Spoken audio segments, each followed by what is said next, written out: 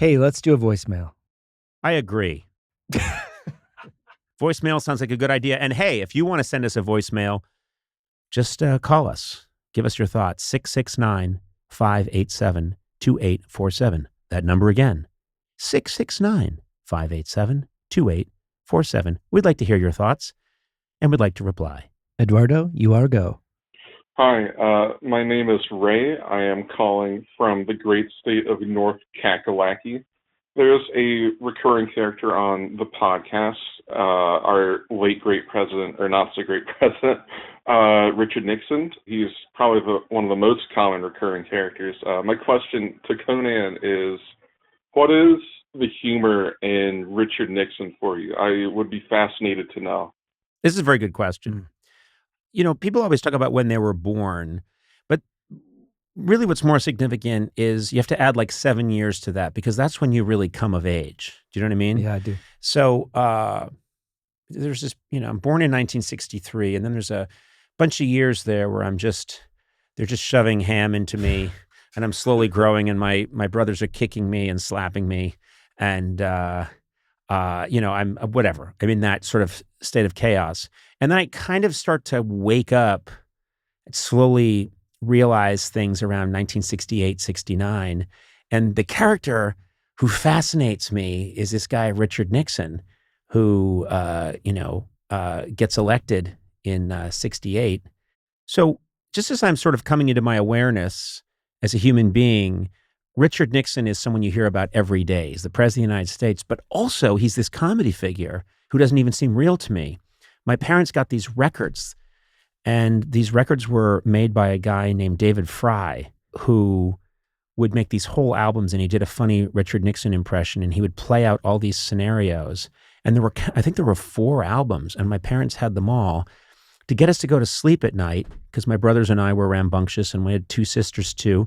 We were all on the same floor. My mom would just put a comedy album on in the center of the hallway, and we would all listen to it as we went to sleep. So I would go to sleep listening to this guy doing these crazy Richard Nixon sketches. Coming from out in the hall? Coming from out in the hall. But our rooms were all, sort of right around that central hallway. So you had the doors open so you could listen. But that's so eerie, thinking like Nixon is just floating around. Well, Nixon also did hang out in our hallway, which was also confusing. Yeah. But anyway, so I grew up with Nixon as hi, I'm not a crook. And there were all these impressions, and every comedian was doing Nixon material. So you got to imagine he's just this formidable. He's not just the president of the United States, but also felt like kind of a comedy figure to me, like a Bugs Bunny cartoon. So, and then of course, all these years later, that's in my core DNA.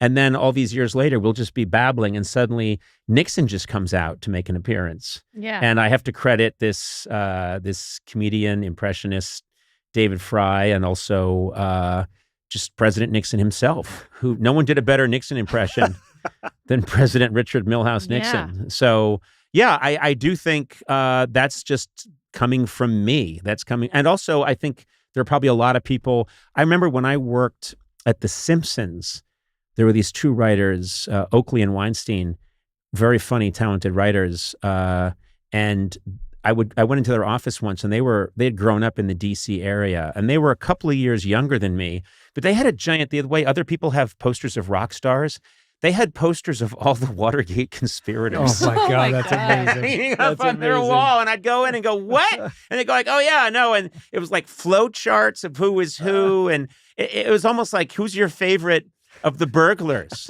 And now what about the lawyers? Are you a Haldeman guy or an Ehrlichman guy? And it was just hilarious. They knew it was funny, but it was just such a funny thing to joke about. So yes, things burble up from deep within my psyche, and I don't even understand why.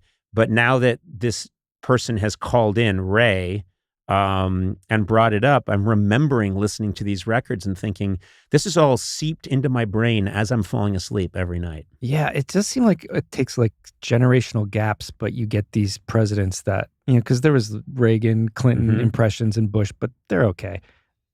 Nixon's the top. Yeah. And then you get Trump, like, but he's a good impression. There's a lot of stuff to do there. The problem I always find with Trump, and I've said this before, and no, this is not the problem with Trump, but whatever your politics are aside, the problem with Trump is that he's so improbable and cartoonish as a real person that when a comedian's doing an impression of Trump, I think you can't make this character do anything crazier than what they've already done. Yeah. You know what I'm saying? Or than how they are in real life.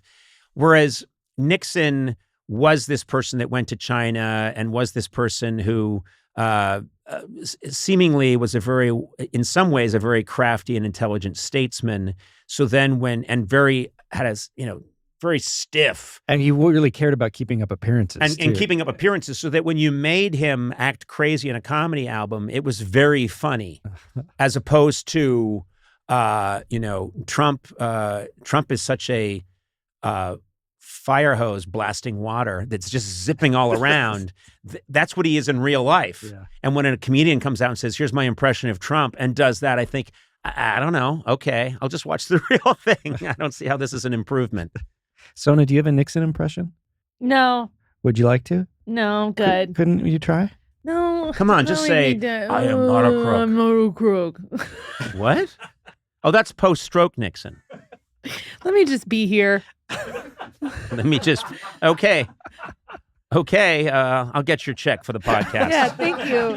Here it is. I have actually zero to add to this conversation. No, here you go. I don't know what the fuck you guys want me to say. No, it's fine. I didn't grow up during Nixon. I have no fucking idea. Listen, if you had grown up... I do not know how to add That's to your it. check. Thank you very much. There you go. I have nothing to add. It is the gall. fascinating. Hey, let me just be here.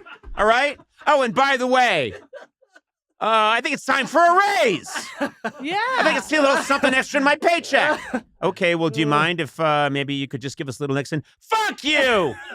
Pay me. Fuck you, pay me. What? I don't know what to do. I don't do impressions. What? But okay. I hired you for your impressions. Yeah. No, I don't do impressions. Do your French guy. Don't make me do these. Come now. on, French guy. Oh. I don't know why the cigarette always comes up. From Paris, I drive around the baguette in my bicyclette. That's why when I saw that, I thought she does impressions. That's just the tip of the iceberg. Yeah. I like your first guy was just a French guy orgasming. You mean a French guy? All right. What? French guy biting into a baguette. All right. I think we answered that question. Yeah. Clearly. Yeah. Nixon, man. Keep the dream alive. Yeah.